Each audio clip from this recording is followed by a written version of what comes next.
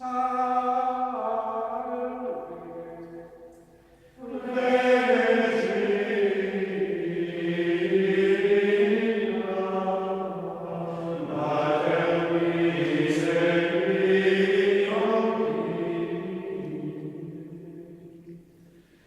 of the great numismatists of our day, David Akers, has passed away.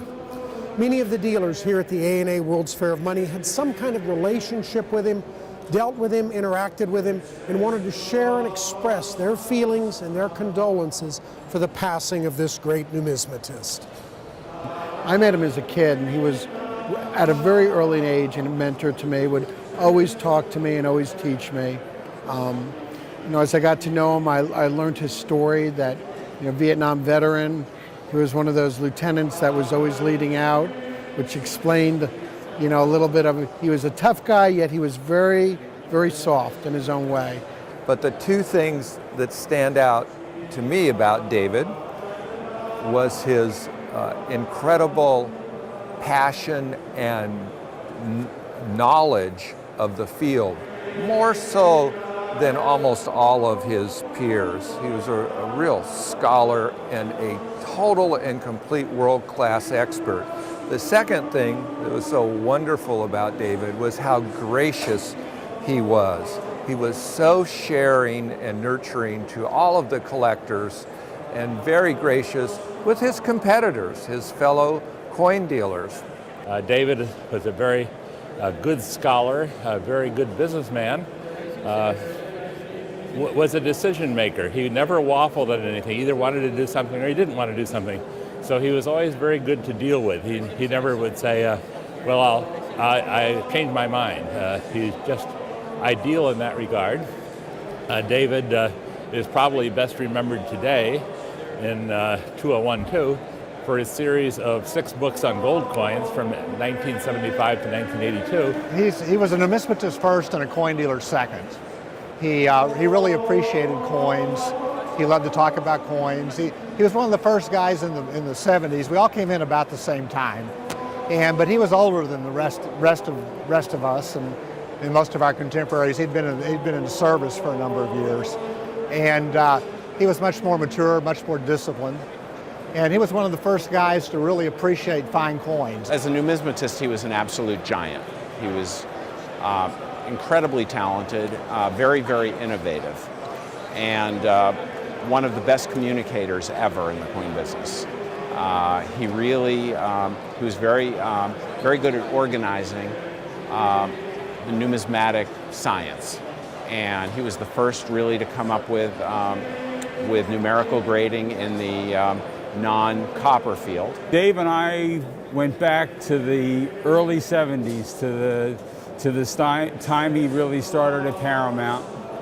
But our most exciting transaction over the years, and the deal that I'll always remember most for, is the Wilkinson Gold Pattern Collection. So Dave and Max Humbert came to Tennessee. We drove up to Springfield, Tennessee, and they looked at the coins, and they decided they want the coins, and they bought the coins. But he was a man of integrity, and I didn't always agree with him, but he always spoke his mind. He did not exaggerate. If he said something was the best, you could rest assured it was. And he was a very honorable individual, and really among the first to do the researching on gold coins, which are still today the standard for auction records and for the quality.